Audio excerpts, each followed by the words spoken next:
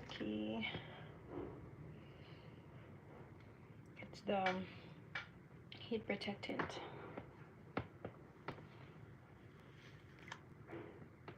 And that's why I like to do it in advance, because with using this kind of hot brush, your hair has to be dry. So usually when I moisturize, and before I have to moisturize because I don't want to ruin my hair, my usual moisturize with my hair cream and then oil. But this is already 2 days since I moisturized my hair. And then before I straighten my hair, I use my heat protectant, which is very lightweight. But if my hair is wet, if it's damp a little, it's gonna be so smoky. So I like to do it at least 10 minutes before I straighten my hair. But I need to do something else, so I have to get on with it already.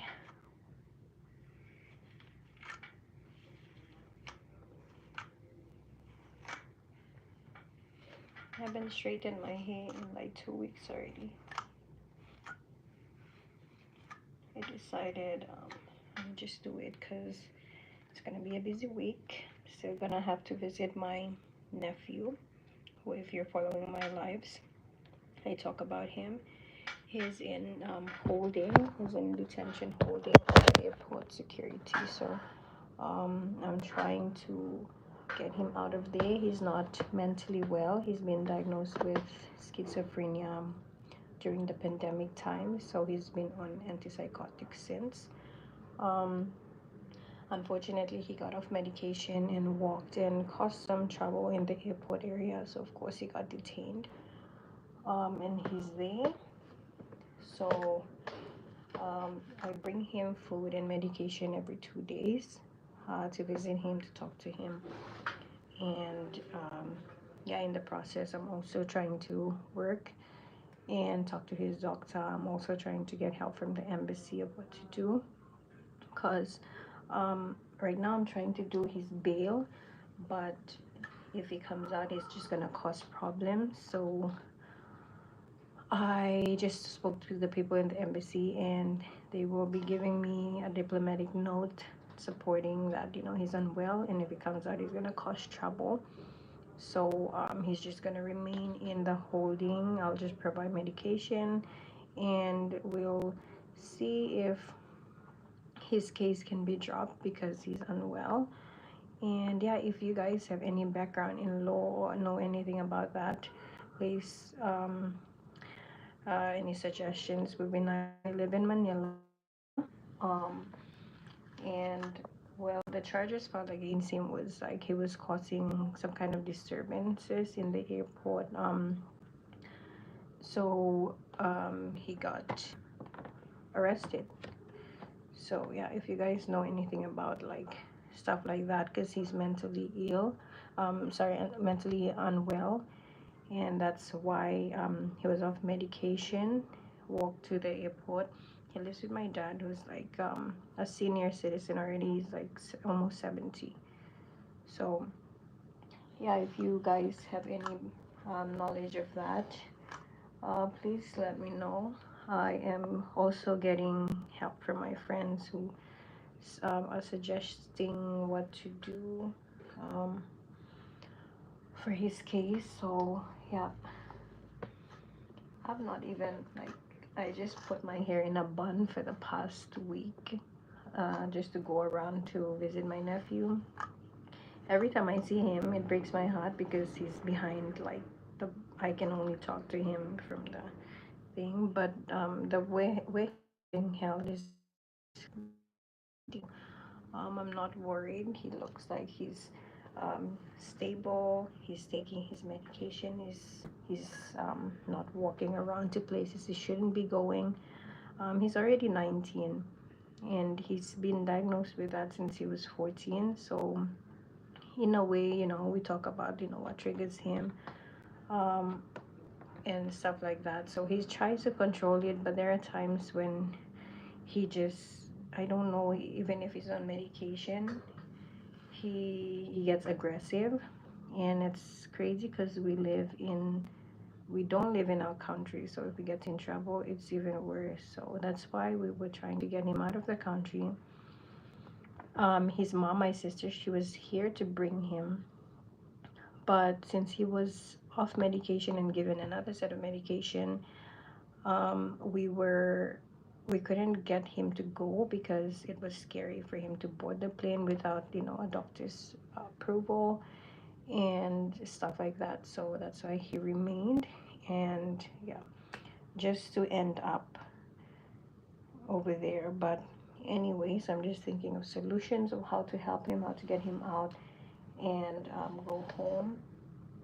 So I am in contact with our embassy, the embassy of Papua New Guinea here in Manila. So they told me that whatever I need, supporting documents for him to stay there until hopefully the charges can be dropped because he is not well, hopefully.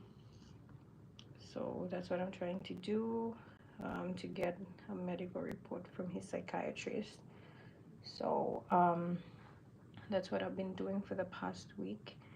And that's why I've not even been, styling my hair. I don't even have time to wash my hair. I washed my hair like 2 days ago after 10 days and my hair was so itchy. I just didn't have the time to do that with everything that was happening. Thank you. Hi everyone, thanks for joining my live. Yep. These days I'm not put like a vlog or a sit down video for hair and everything that I created a channel for. I've just been, life happens and you're busy, and yeah, you can't create content. So all I'm doing now mostly is lives, which I like. So yeah, for now, that one too. When I've settled in, I will be doing more vlogging and lives as well. But for now, I have family issues of, trying to get my nephew out of detention, holding, sent back home, all of that. So, yep. But in between, I still have to work. I still have to, yeah, I just wanted to go on live just to, so yeah, just to talk to people. And I'm doing my hair anyways, and most of the time I'm listening to podcasts, but I decided why not just go on live and just share with you guys what's been happening, because it's crazy when you live in another country and then someone gets in trouble. I've never experienced that before with my own family, just like friends and other people.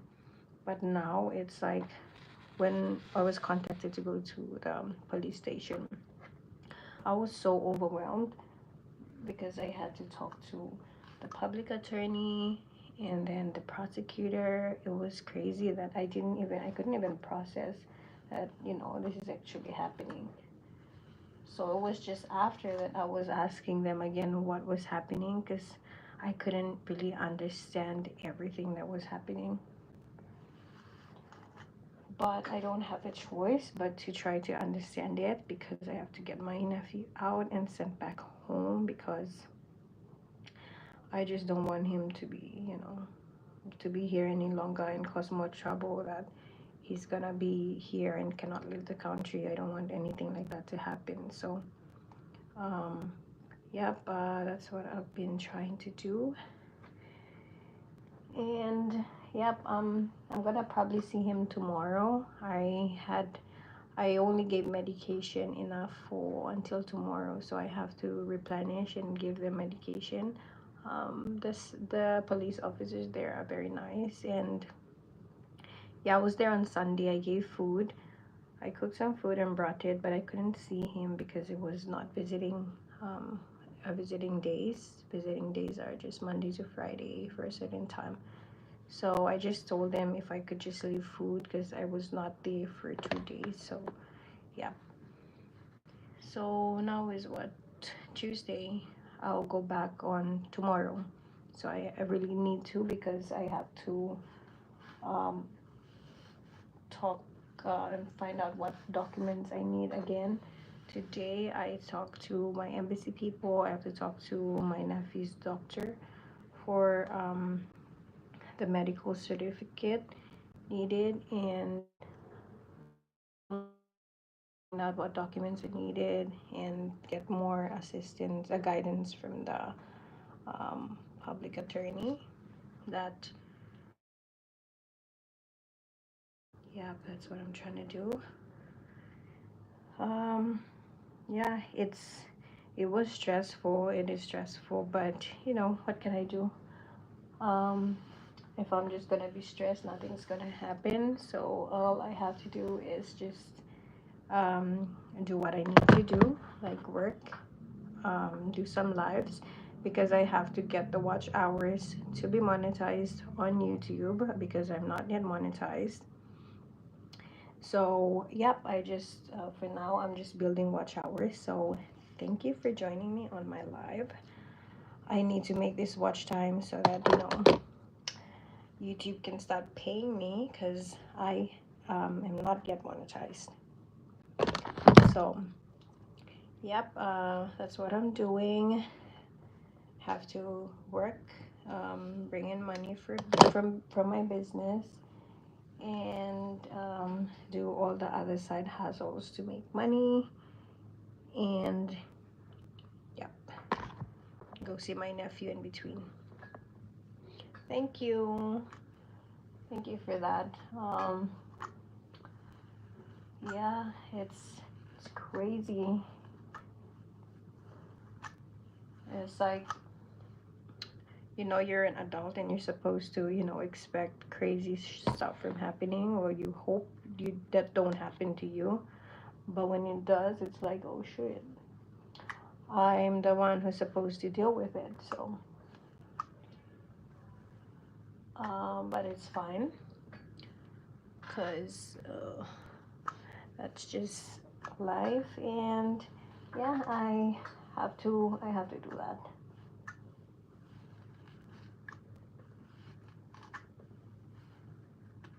So yeah, anybody else is also experiencing the same thing, my love for you, because yeah, it's hard. And for me, I'm the only one who's doing it. I have friends who are also helping me, which I really appreciate, um, who are not physically in town, but they just do their best to, like, you know, assist me in every way possible, and I really, really am grateful and appreciate that. Um, and they're helping me get, you know, advice from their friends who are lawyers, so I really appreciate that. And yeah, of course, now I have some kind of clarity on what to do, how to approach it, um, what documents I need, and I also already I'm in contact with my embassy, so that's already um, I'm very glad that, you know, um, I'm just positive, and then I can see that, you know, along the way there's like yeah, the people that I'm supposed to be in touch with, or everything, it's just like, you know, it's it's just coming to me, and I'm grateful. It's freaking hot.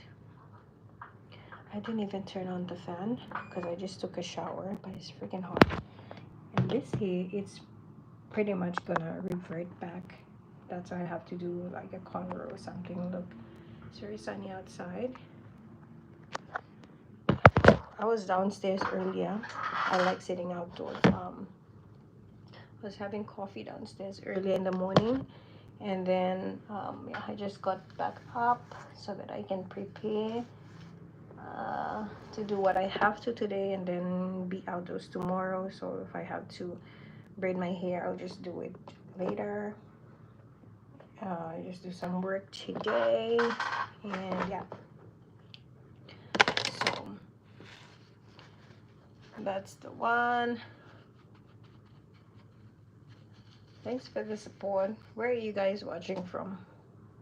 Usually I don't really come online this early. Usually it's in the evening, but yeah.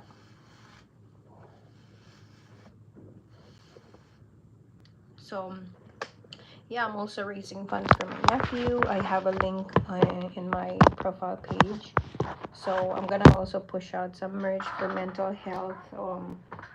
So I'm not done yet, but yeah, if you guys want to donate, I have a link in my bio of my profile, because I have to send him home. It depends if he needs to be in an institution, then I have to put him in for a few months until he's really stable. If not, I would really like for him to, when he comes out, to just go straight, whatever thing that's needed to sedate him for the 5-hour flight, that he can leave already, so that he doesn't cause more problems here, because it's more difficult when you're in another country.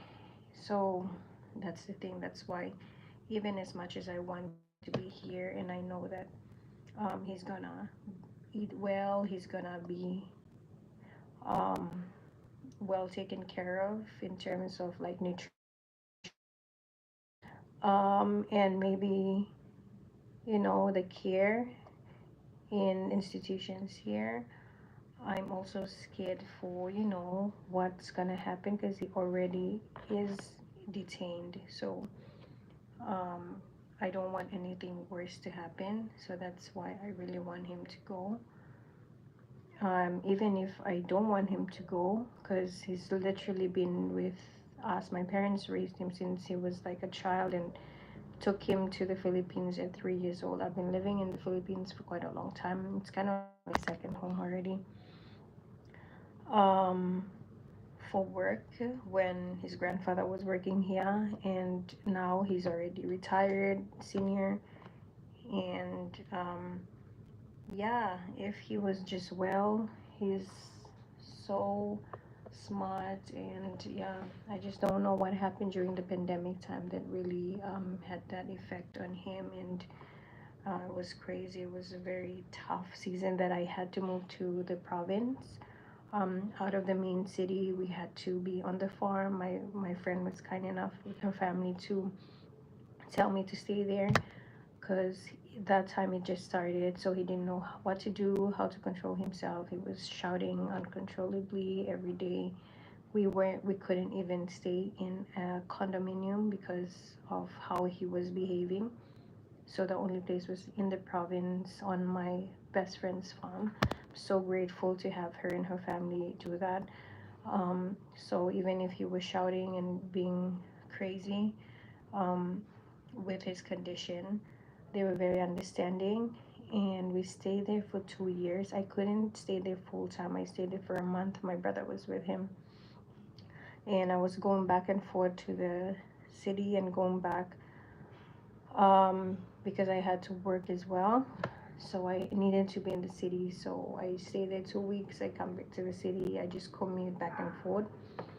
So that was really helpful for him because of the nature. He could just walk and walk around.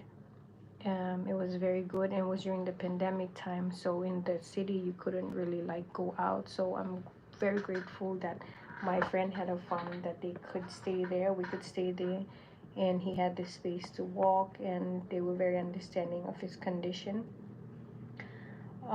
So yeah,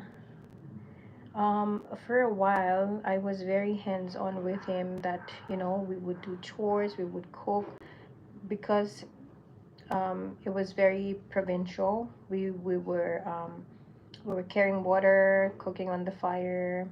It was that lifestyle. So, and we are used to it, because we do that back in our country as well. Everything is very manual.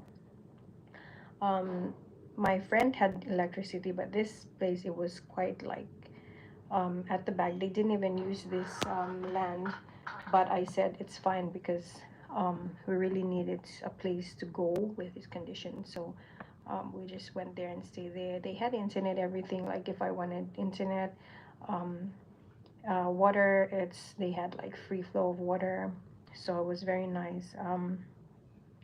Yeah, so we would cook on the fire, do like our laundry, hand wash. Um, uh, yeah, we didn't have electricity, so we would just that's that. We would just use a ring light and power bank. So it was okay because we're used to that life. We grew up in the province back home as well, so it was nothing. So we adopted, and yeah, we would do stuff together. During the day, I would give him. That time they had a lot of like school materials that they gave for free, so I would print it. We would do like schoolwork. I printed like grade 7 that time he was, so he would do that, and I was surprised that he actually like knew more than I thought he would know. So yeah, I saw that, and that's why I feel bad for him that he has this condition because he's so smart. And yeah, we would do that, and then there was a period that he was like a child again, and he went back to the way he was before that. I was so shocked. Me and my brother were like, oh my god, there's like, it looks like nothing happened to him before, like he's not even crazy. We forgot that he actually was like crazy at one point. And what I did was I stopped medication, which is something that I do for anybody who's taking antipsychotics. So I stopped the medication, and that's when he became crazy again. And when I spoke to his doctor, she told me to never do that because once you stop the medication, it will not work again. She has to give a different prescription or a higher dose. So that was the only time I knew that okay, if you're on that type of medication, you cannot stop it, because if you do, it's gonna affect that person, even if they look like they're well. Um, what the psychiatrist told me was she has to be the one to cut down the dose until she removes it from his system. That's the only way that he can cope after the medication, not for us to completely cut it off whenever he looks well. That's not possible. So yeah, now I know better, and that's what we do. But now that he's grown, whenever he chooses not to take medication, when we talk to him, he gets aggressive, and we cannot do anything about it because he's already grown. When he was a boy, I could make him do it, but now I cannot make him do it because he gets aggressive to us. So I can't do anything about it when he doesn't wanna, when he refuses to like so that's the struggle, because he's grown now. That there are some things that, when I tell him to do things and when he doesn't like to do it, he would refuse to. And when I continue to tell him, he gets really mad and like he would shout and destroy things and stuff like that. So that's why I really want to get him out um, of the country as well. And the thing is, because I'm working, my dad is old. Um, he doesn't have anybody to talk to him and be with him, like, give him the key he needs. So that's the other reason. I'll probably do like a video for like the experience, but yeah, I'm just sharing. Because yeah, right now that's what's happening because he's detained. That's why I'm just sharing it. So yep, right now I'm just looking for solutions and a way forward to bring him out and hopefully go back home. Home is in Papua New Guinea. It's in the Pacific, near Asia, very near Asia and Australia. Um, it's a direct flight from the Philippines, 5 hours. Is it 5 or 8? I'm forgetting. I feel like it's 8.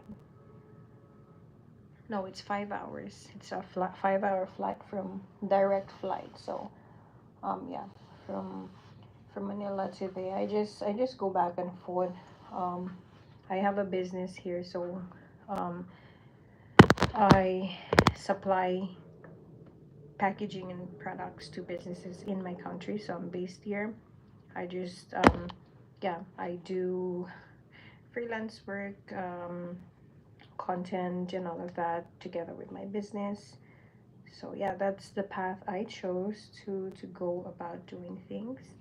Um, yep, I always wanted to have my own business and to have the freedom. So yeah, it's tough because when you're working for yourself, you cannot slack off and not you have to have a schedule um, for everything to sustain yourself, to do the things you should do. So but that's the path I chose, and I'm happy about it because wouldn't see myself doing anything else but to have a business and to do other cool, stuff with content and um, all of that. So yeah.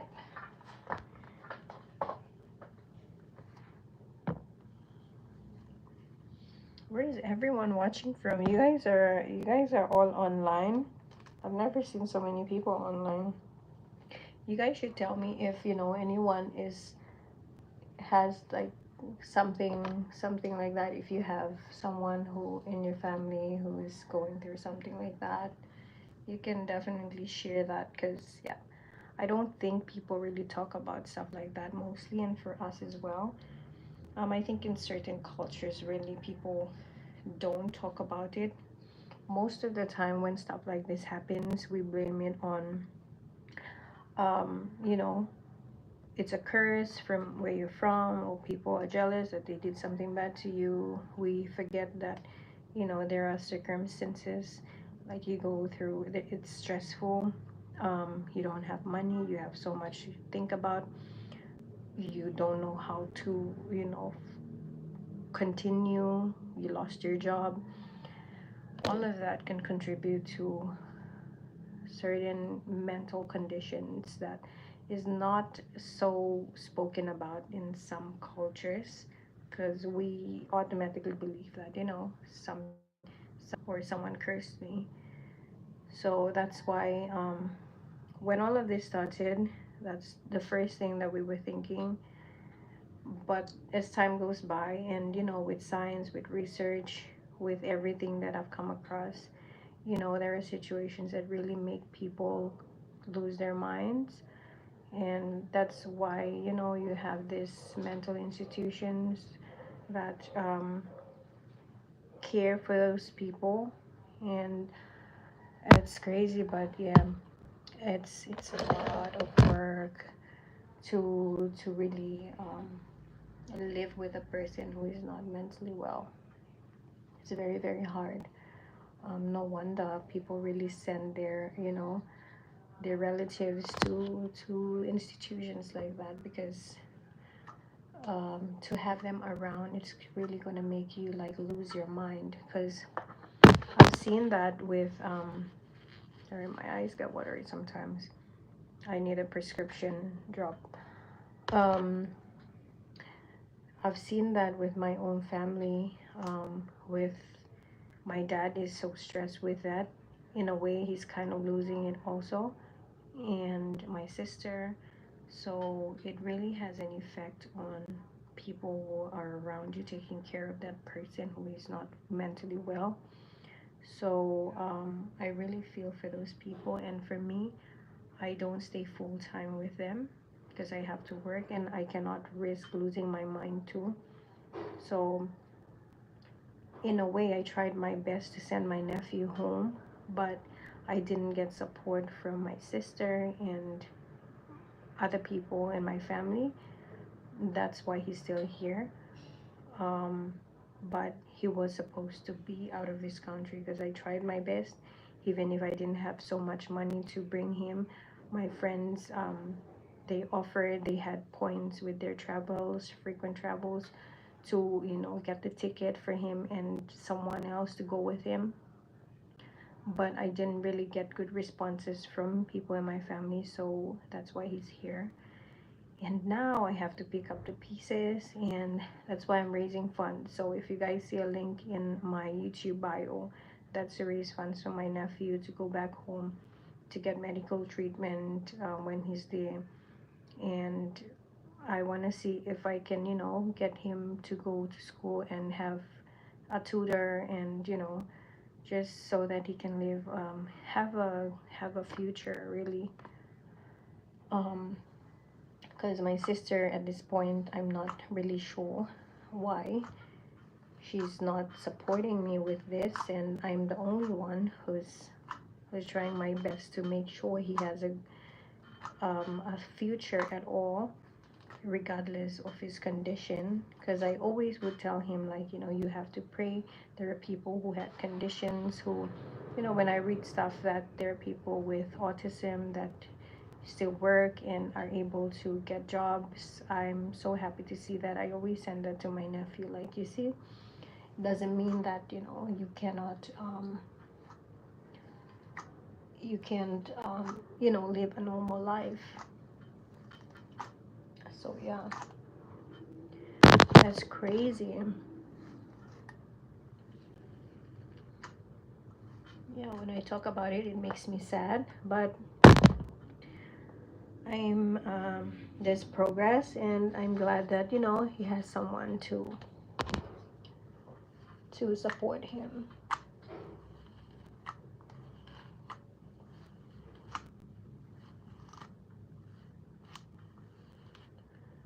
So yeah, if you guys are, you know, if you have the same happening to you, you can share it.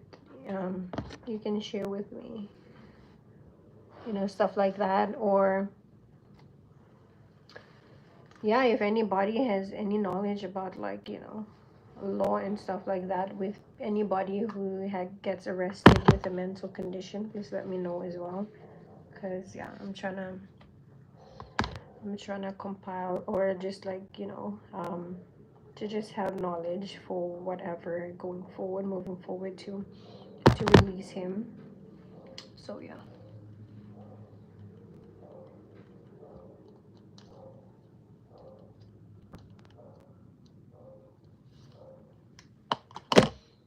That's the thing. It's just now that I'm thinking, like, because I felt so sorry, even like pushed to, like, put him in a mental institution for a very long time, because I was so sad, because, like, you know, he's gonna be there, but it is the best thing to do, really, for anybody who's not mentally stable. But I chose not to, because I was told if I put him in, I don't have a say to when he can come out, and I should have even just went with that. But, you know, it's also costly when you put someone in a mental institution, even if they're gonna be well taken care of, with medication on time, with food, with good nutrition. So it's just like later on now I'm realizing that um, I could have raised funds to make that happen for him a long time ago. But yeah, emotionally, I really just couldn't just leave him there, because he was still very young. He was like 13, 14. So, yep. My ethnicity, uh, I'm from Papua New Guinea, so we're in the Pacific, and um, we are what they call Melanesian. So we are like the black people in the Pacific. So there's Polynesians, Melanesians, what else? So yeah, we are a group of um, I'm not sure how many islands that consist of black people. So yeah, like I think Fiji is a mix of like Polynesian, and so they don't really consider themselves Melanesian. But for countries like Solomon Islands. I think it's no, Solomon Islands is part of Papua New Guinea. No. So the Samoa. Wait, what's the name of that guy again? Is it Dwayne Johnson? I think he's Samoan. Yeah. So people from Samoa, Papua New Guinea, Vanuatu, all of that were Melanesians. So we're the black people in the Pacific. So yep, we're near Australia, um, in Asia also. So where I'm from, um, we have the border to go to Indonesia. So my province is right where the border is. So um, we have this thing because we kind of have sisters that came from Indonesia, the West Papuans. So we have relatives over there. So when we cross over with the border, we have this ID. So it's called TBC. It's a traditional border crossing. So we go for weddings, for deaths or whatever, for family. So we are entitled to that for people in that area only. So where I'm from, I can show, instead of traveling with passport to Indonesia, to the town that's called Jayapura, when we cross the border, we only use an ID to go, because of the ancestry that we have. Right? I thought it must have been somewhere else, but I think he's Samoan. Yeah. So yeah, people from Samoa also, Samoa, Papua New Guinea, Vanuatu. There are some little more islands that, yeah, we are called Melanesians, Pacific Islanders, but Melanesians. So black people in the Pacific. So yeah, most people confuse that. Yeah, we belong to the Australian continent because we're very near Australia, both Australia and Asia as well. So yeah. But thanks for asking. Hello.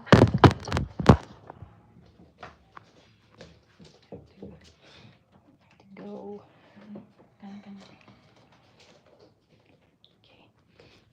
We're going. You have to attend to something, but thank you very much for joining my live. Thanks. Oh my gosh. Thank you for being live with me. I didn't finish my hair, but I have to go. I have to attend to something. But you guys have a great day, and thank you for hanging out with me and hear me rant about my life. Bye.